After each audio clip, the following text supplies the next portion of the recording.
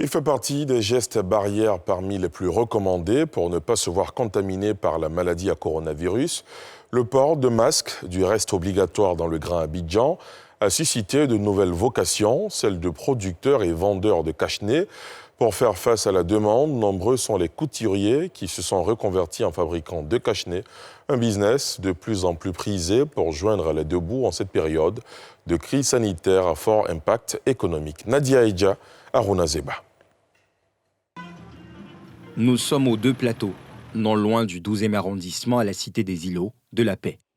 Estelle Niamien, styliste, spécialisée depuis 5 ans dans la couture de vêtements, femmes et enfants, vient d'ajouter une autre corde à son arc, celle de la confection de cache-nez pour s'adapter à ce contexte de crise sanitaire du Covid-19. J'ai vu qu'on avait besoin de cache-nez et tout, donc je me suis dit pourquoi ne pas confectionner des cache-nez. Donc c'est comme ça que j'ai cherché un tissu adéquat. On l'appelle sandwich. C'est un tissu avec une mousse à l'intérieur. Estelle fabrique en moyenne 230 cache-nez par jour pour satisfaire sa clientèle, composée de particuliers, d'entreprises, mais aussi de grossistes et revendeurs. Sa stratégie de communication, marketing, les réseaux sociaux. Il y a combien de cache-nez? Ok, 10 cache-nez.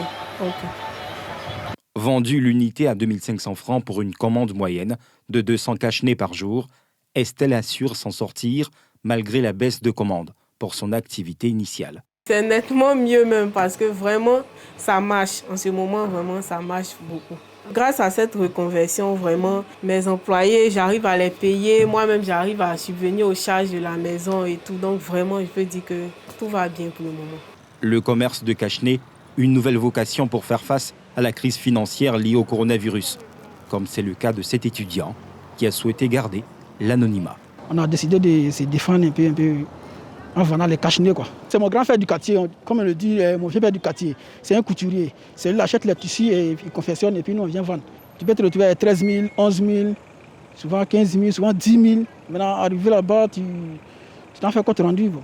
À Djamé, ce commerçant a aussi choisi de saisir l'opportunité. On ne souhaite pas le malheur, mais si jamais qu'il y a un problème que pour avoir les différents masques, c'est un peu difficile sur le marché, dans les pharmacies. Donc on préfère aussi faire aussi nous-mêmes pour mettre ça sur le marché pour que la population puisse avoir aussi. Un peu, ça marche. Depuis la survenue de cette crise sanitaire, plusieurs couturiers se sont adonnés à ce nouveau business et comptent en faire une activité pérenne et encadrée.